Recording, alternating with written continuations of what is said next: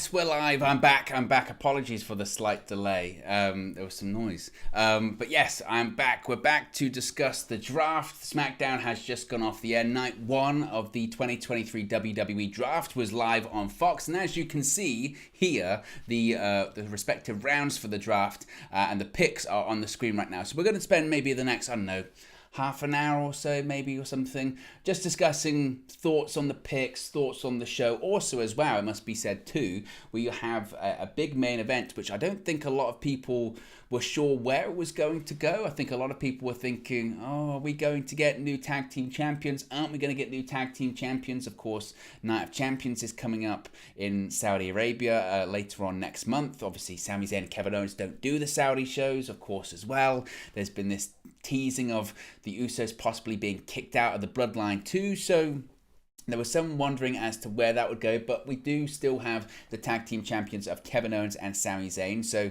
that kind of question has been answered and resolved as well. But really, what people really did tune in to see this evening on Fox was night one of the WWE Draft. The 2023 Draft is underway. It was going to change the game, as Triple H had said previously, and has it changed the game? We're not going to know, certainly. We're not going to know until all the rosters are drafted. Of course, these are very early stages in the draft too. I mean, it must be said, right? Because the rest of the people that were in the first pool of people eligible to be drafted, that is going to be announced tomorrow on the SmackDown. I don't even know what it's called anymore. It's not called Talking Smack. What is it called? The Lowdown after SmackDown? Maybe, might be what it's called. Nevertheless, that's when the rest of the picks are going to be made. So we had some picks made tonight, but some are going to be made tomorrow as well. As for overall thoughts, who do I think did better?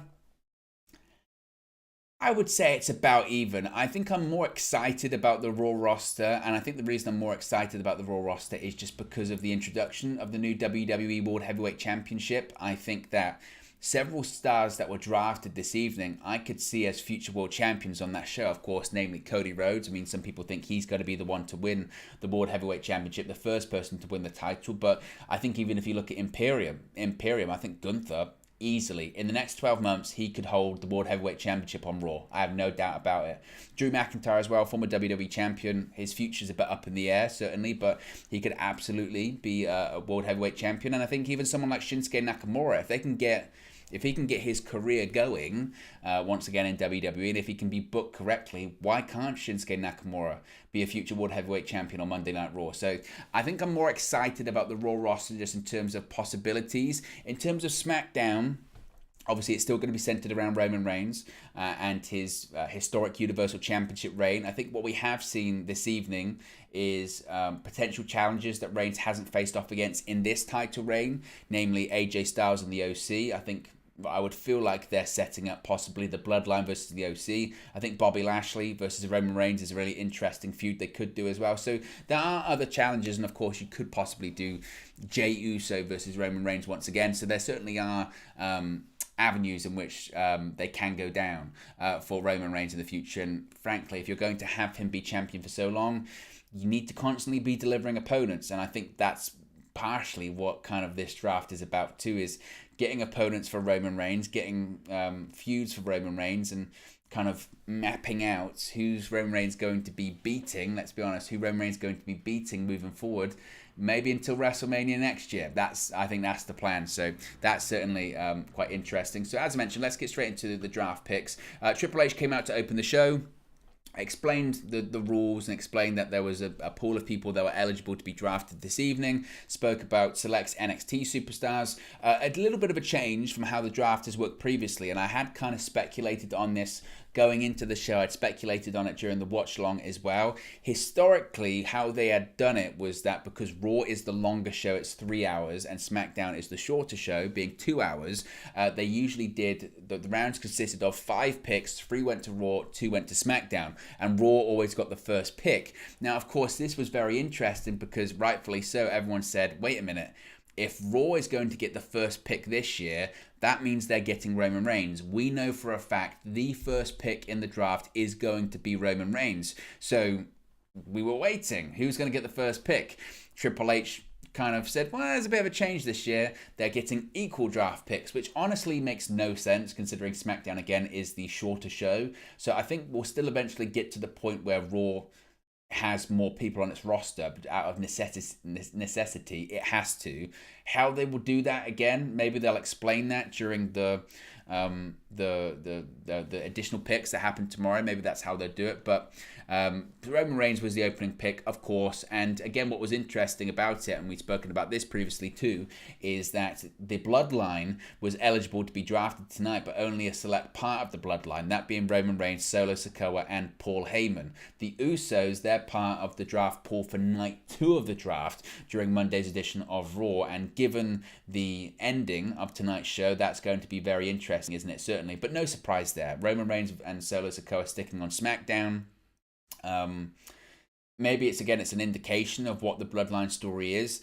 The Bloodline storyline coming out of WrestleMania has felt quite stale and directionless. Seemingly, I mean, Roman Reigns spoke about, multiple chapters, and that we've only just got started. We've only just scratched the surface when it comes to the Bloodline saga. And I guess the next chapter in the Bloodline story is the I'm not sure what the word is, the removal of the Usos from the faction and being relegated to Raw, or being banished. Maybe that's the word I'm looking for. Banished to Monday Night Raw. Maybe that's the next chapter of the Usos constantly letting Roman Reigns down, dropping the championships at WrestleMania, losing in the rematch on SmackDown. Therefore, they have to be banished to Monday Night Raw. Maybe that's the next chapter. As to, is that a chapter I want to see? I don't know about you. I don't know if I'm finding it totally compelling at the moment as it was heading into WrestleMania. It does feel somewhat fatiguing, doesn't it? Maybe it has to pick back up. And of course, it doesn't help as well that Roman Reigns isn't there to sort of add the necessary spice onto it. But in terms of Reigns and Solo being the first picks, not surprising at all. And likewise, it wasn't surprising that with Roman Reigns being drafted to SmackDown, Cody Rhodes was drafted to Monday Night Raw. Obviously, that was always going to be the case. Since he came back to WWE, Cody Rhodes has been front and center. He was always positioned, wasn't he, of Reigns as the star of SmackDown and Rhodes as the star of Raw. And let's face it, Cody Rhodes, he's the top babyface in WWE right now, and Raw has the top babyface. And logically, you would think at some point, maybe not immediately, but at some point, Cody Rhodes is winning that World Heavyweight Championship. Now, I would think he would be the first World Heavyweight Champion, but maybe they want to do a thing whereby Rhodes still has to chase it. And again, that's going to be, I think the real indicator will be what happens at Backlash. I don't think Cody Rhodes can afford, I don't think Cody Rhodes can afford to lose against Brock Lesnar at Backlash. Losing in the main event of WrestleMania in the manner that he did, and then if he loses to Brock at Backlash, not that he'd be in trouble, but this is meant to be a top babyface. Brock at this point is completely bulletproof. It doesn't matter if he does jobs. And I think him putting over Cody would be a real big sign of intent for, okay, yeah, he lost at WrestleMania, but this is how we get him back. He beat Brock Lesnar. Not many people do that. So I think that would be the way to go. And what's Brock going to do? Brock can't do it. After Backlash, what is Brock going to be at? Well, Brock will be at the Saudi show, frankly. Actually, that's a good point. And he might be at London. But he has to beat Brock Lesnar. He has to. If he loses against Brock, he's in trouble. And because back-to-back pay-per-view defeats in the main event, that's a problem. And WWE doesn't know how to book a babyface at the best of times. So Rhodes getting drafted to Raw, again, wasn't a surprise at all. But this was a surprise. The next pick in the first round for SmackDown was Raw Women's Champion Bianca Belair. Now, I believe Rhea Ripley is eligible to be drafted on night 2 of the draft, that being Raw on Monday. And logically, you would think that Rhea Ripley is going to be drafted to Raw. Now, this kind of flies in the face of seemingly what their plan was for Rhea Ripley, because you don't have someone that's on Raw win the SmackDown Women's Championship and be like, oh, she's going to SmackDown, only for a few weeks later to draft her back to Raw. So, I mean, logically, again, you would think Ripley's going to be at Raw, but maybe not necessarily so. They have teased Ripley and Bianca Belair. Maybe I think they should set that up for next year's WrestleMania. So maybe this is a case of really separating them to keep them as far apart as possible. moving back into having them sort of reconnect at WrestleMania time next year. As to what they're going to do with the Raw Women's Championship, I don't mind as long as they don't just swap it over. If they do any of that, we're just going to swap it over bullshit, then I will have a problem with that, because that is so unnecessary. They did it with the Tag Team Championships way back when. I think they just need to go back to a thing where just name them different things. That's the best thing to do. Name them different things. In the same way that you've got the Universal Championship, you've got the World Heavyweight Championship. Don't have them be tied to the brand, i.e. the Raw Women's Championship or the SmackDown Women's Championship, the Raw Tag Team titles, the SmackDown Tag Team titles. You don't need to do that. Have the World Heavyweight Championship, the Universal Championship, the World Tag Team Championships, the WWE Tag Team Championship. I don't know if you have the World Women's Champion and the WWE Women's Champion. However you want to do it, however you want to name it, I think that's what they need to do. Enough of this sort of brand-tied titles, because you lead to issues like this, where what you're going to do is swap them. If they swap them, it's just lazy. It's lazy. So I hope they don't do that, certainly. See what some of you guys are saying in the chat before we move to the next one. Fat Thor says, knowing Vince, Brock will be the new part-time champion. I hope that doesn't happen. I prefer Rollins, to be honest. I think Rollins deserves it. I do. And a couple of you guys are in the chat as well, so be sure to smash a like on the like button as well. Be sure to subscribe, bottom right hand corner. Next pick was Becky Lynch. She stays on Raw, which would, I guess, imply that Trish Stratus is also going to stay on Raw. Of course, we know that Trish and Becky are going to be facing off most likely at SummerSlam, so Trish wasn't in the draft pool for tonight. She's going to be in the draft. She actually is in the draft pool as well. Trish Stratus, for the first time since 2002, is actually eligible to be drafted, I believe it is. Or yeah, is it 2002? She must have been eligible to be drafted, but she will be drafted. That's it. She will be drafted to a brand for the first time since 2002. She was always on Raw during her time, but the fact that Becky Lynch is on Raw, that means Trish is going to be going to Raw as well. And then we had a match on the show, which was LA Knight versus Pete Dunne, which LA Knight won. Yeah, I mean, not just in terms of the catchphrase, but LA Knight actually wins a match on SmackDown. Who would have thought it? LA Knight winning matches. It's a miracle. It's a draft miracle. And it must be said, this guy is over. LA Knight is popular as anything at the moment. This was a fun match. Again, as I mentioned, when it comes to drafts shows, the matches are largely pointless. Largely pointless with not a lot going on. But it was a really fun match. And it's just good to see LA Knight win a match, because he's not been winning many matches on television. Next we got into the next round of the draft. And SmackDown with the first pick of the Street Profits. And I don't know about this one, honestly. I feel like with the Street Profits, I was ready. You know, the last few drafts that have happened, the Street Profits have always been rumored to be split up. And at the time, it felt like we're not ready. They're not ready for that right now. But for all that's happened over the last couple of years of them, it felt like it was time, didn't it? What else are the Street Profits going to do in WWE? They've been Raw Tag Team Champions. They've been SmackDown Tag Team Champions. They've been NXT Tag Team Champions. And I get you have to have a thriving tag team division on both shows and both brands, but they've been doing so much singles wrestling recently. Montez Ford having singles matches. Angelo Dawkins having singles matches. This felt like the right time, didn't it? And now, I mean, they had their match on SmackDown too after this, and it was like, okay, great. But, I mean, maybe do they go into a feud with Kevin Owens and Sami Zayn? I mean, that could be fun, I guess, and maybe the split is still going to happen at some point, but I just felt like, again, now is the right time. I really did, but clearly not with WWE. I felt that they maybe should be split. This next pick was the pick that arguably throughout the entire evening I was the most excited about, and that is Imperium going to Monday Night Raw. That includes the Intercontinental Champion Gunther, also Ludwig Kaiser and Giovanni Vinci. I'm really excited about this because I think Gunther, We've been saying, haven't we, that obviously the problem is with being on SmackDown, and everyone that gets drafted to SmackDown will know this, is no matter how over you get, no matter how popular you get, no matter what great matches you have, you are not going to be Universal Champion. You might compete for the title, you ain't winning it.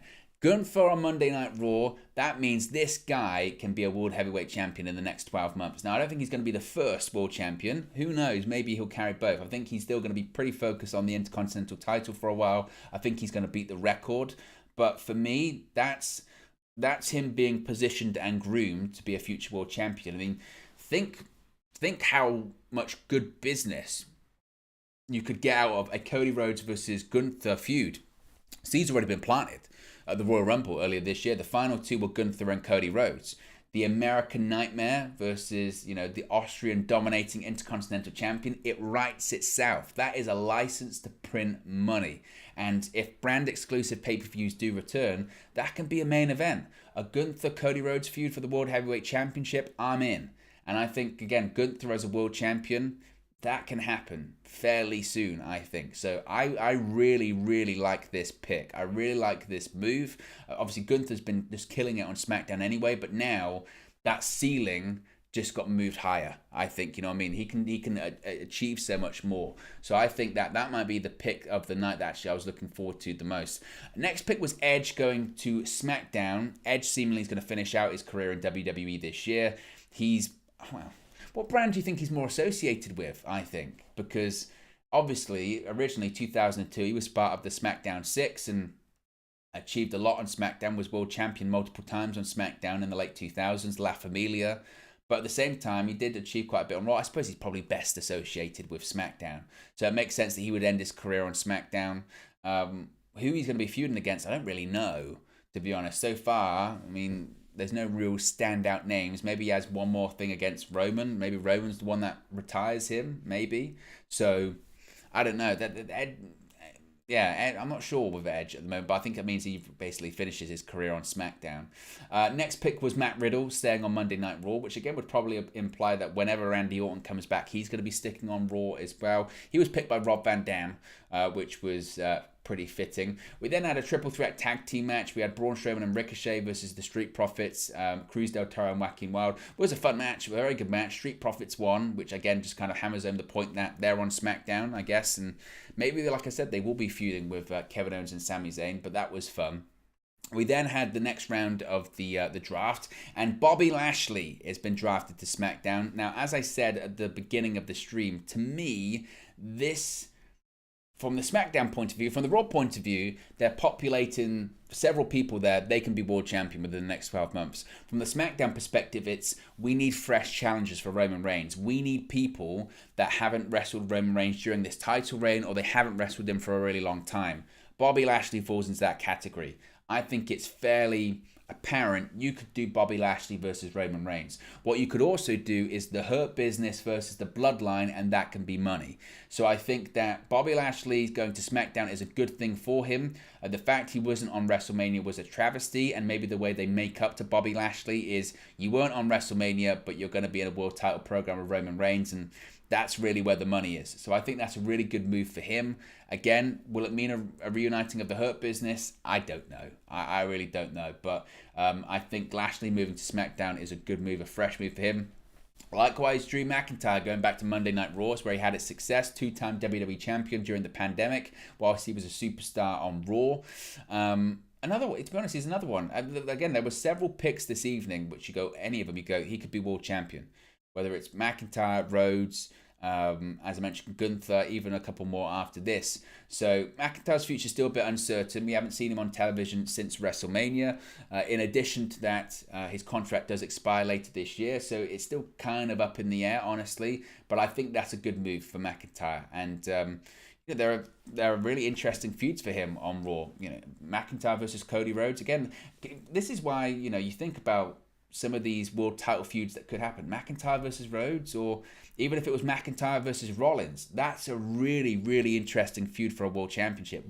That's why I say coming out this evening, I just feel Raw just feels more fresh, because there does feel like more just sort of newness to it, with the world title, with different world title programs, with good matches. And SmackDown just feels like we just need more people for Roman. We need more matches for Roman. We need some different matches and different programs for him, which again isn't a bad thing. But Raw just feel like already it could be fresher than SmackDown. Now, speaking of fresh, I think this is a really good move for SmackDown, and very, very clearly, I think what they're setting up, maybe in the more immediate future, is AJ Styles versus Roman Reigns, because the OC have been drafted to SmackDown. Really curious to see how this one does play out, because obviously the last time the OC were in WWE and they were involved with Paul Heyman, they hate him. They hate Paul Heyman. AJ Styles blames Paul Heyman for Gallows and Anderson being fired in the first place. I would think maybe they could play on that, and given the way that the OC came out later on in the evening and just destroyed the Viking Raiders, who are an established tag team that was clearly designed to reintroduce them to the WWE audience once again, remind everyone, oh, this is a big tag team, you know, these guys are pretty fierce, they can do some damage. So I think we're gearing up for an OC versus Bloodline feud. I think we're gearing up to AJ Styles versus Roman Reigns for the Undisputed Universal Championship. Of course, AJ won't win, but that match I'm really excited for because AJ and Roman have faced each other a couple of times in WWE. I think back to after WrestleMania 32 in 2016. There was a couple of matches on consecutive pay-per-views where AJ Styles and Roman Reigns just absolutely killed it. Extreme Rules 2016, Payback 2016, they had, pardon the pun, some phenomenal matches. And Roman's got better since then, and AJ Styles is AJ Styles. So they could have some real proper, really exciting matches. And that could be some really interesting programming that I would be really interested in seeing. So I think AJ Styles versus Roman Reigns is a real good match for Roman and a fresh match for Roman that they haven't done in a while. And again, everyone can carry their weight there. So I think that's a good move for AJ. What, again, his schedule will look like. Ever since SmackDown moves to Fridays, he never wanted to be on Friday Night SmackDown because I believe he coaches his son's it's a football team or baseball team or something like that. And he wanted to be there for that. Now, that may have changed, but that's why he was always on Raw, because he didn't, because of his schedule. Maybe that's changed, and again, maybe the heat with Paul Heyman's gone, or maybe they're just going to let it play out on television. I don't know. But again, I thought that was a good move. Next was The Miz staying on Raw. I mean, it's a shrug. It doesn't mean anything. He had a great match with Seth Rollins recently. Yes, he's underrated. Yes, he's undervalued. Yes, he's done it all, but I just go, okay. Miz on Raw, fine, no problem. Zelina Vega had a match. She defeated Sonya Deville. They did an angle afterwards where Rhea Ripley came out and attempted to beat the shit out of Zelina Vega, and essentially, Rhea Ripley destroyed Sonya Deville, and she was going to hit the Riptide on Zelina Vega. Vega turned it into a DDT, and the angle that Michael Cole was trying to play up on commentary was, see, if you're overconfident in your cocky, you could get caught out. Don't get caught out because you never know. Be careful. And Rhea Ripley is beating Zelina Vega at Backlash in Puerto Rico. I would be absolutely flabbergasted if that happened. But look, you've got to do business, haven't you? You've got to do business, and you've got to try, and try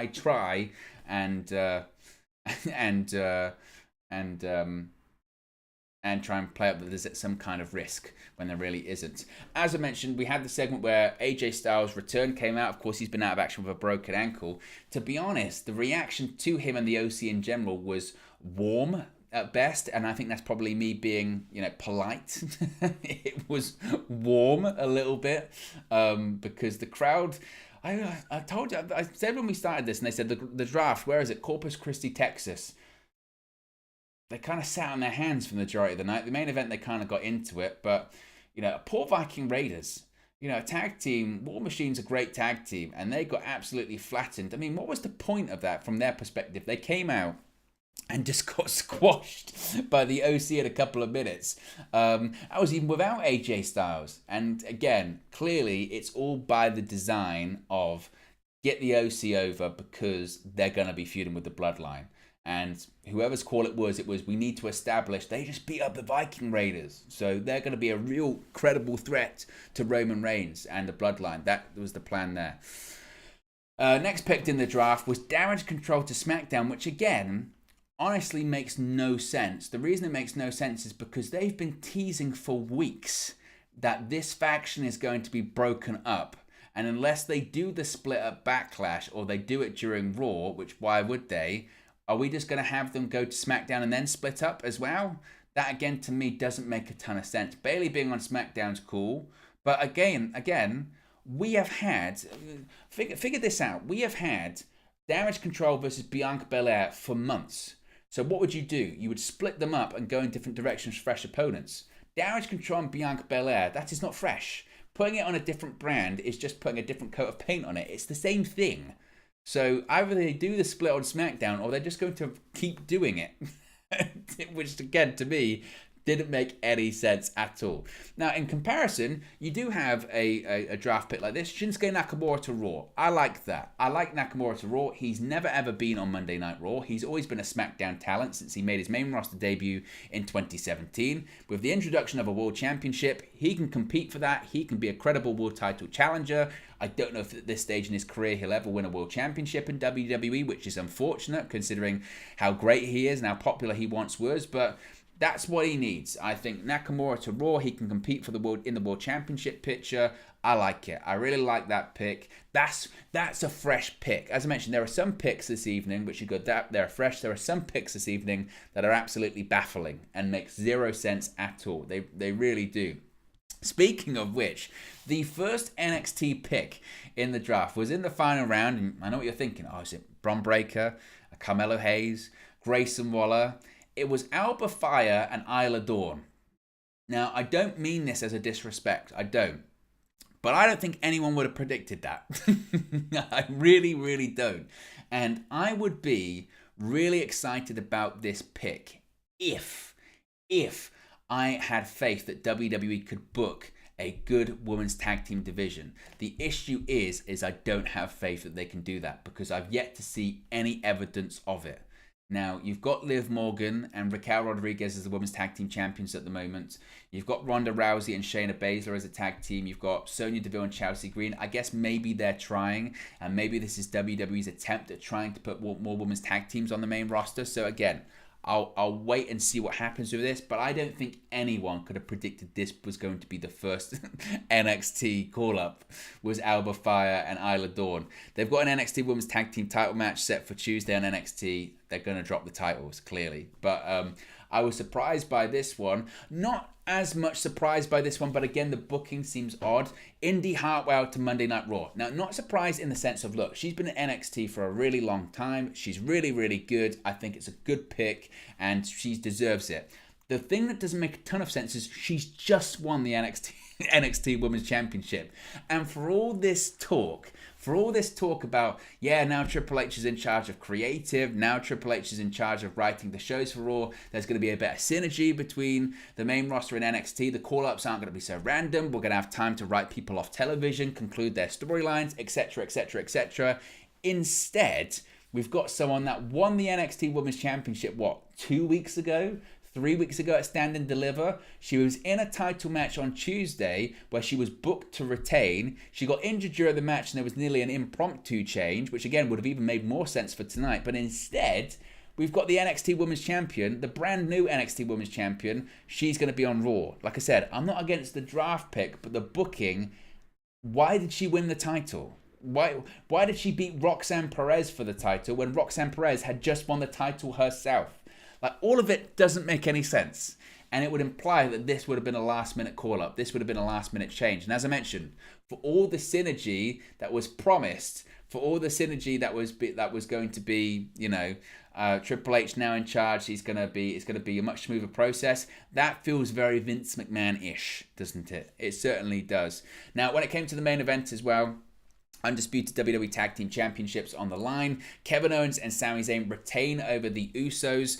They had a spot in the match where basically it cut to Paul Heyman backstage with Solo Sikoa, and he got a phone call from Roman Reigns, and he said, "Now is your time" to Solo, and Solo came out to the ring. He was attacked by Riddle. They go to the back. Eventually, Kevin Owens hits a stunner on Jimmy Uso. Sami Zayn hits a haluva kick, and they retain the titles, which is the right call because, as I was saying during the watch along, if this entire story had been to months and months of television, Sami Zayn being part of the Bloodline, leaving the Bloodline, not reuniting with Kevin Owens, reuniting with Kevin Owens, winning the tag team titles at WrestleMania, and then just to drop them a few weeks later, that wouldn't have made any sense. So it's the right call, and it's good to know that just because they've got this Saudi show, they're not going to have to drop the titles because they're not going. Good for them, because you can't dictate your storylines based on that. I don't think that's right. So clearly the chapter, as I mentioned, the next chapter is, are the Usos going to be excommunicated from the Bloodline? I think that's the direction that they're going in, and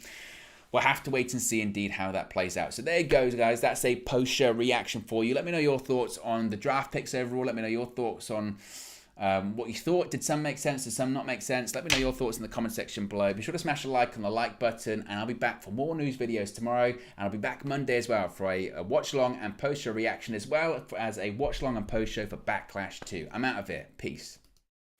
Hey guys, thank you for watching, listening, streaming, or however you come across this video today. Be sure to click on the video on the right there to watch our next video, or click the bottom there to subscribe, or the bottom right hand corner. Thank you very much, and I'll speak to you again very soon.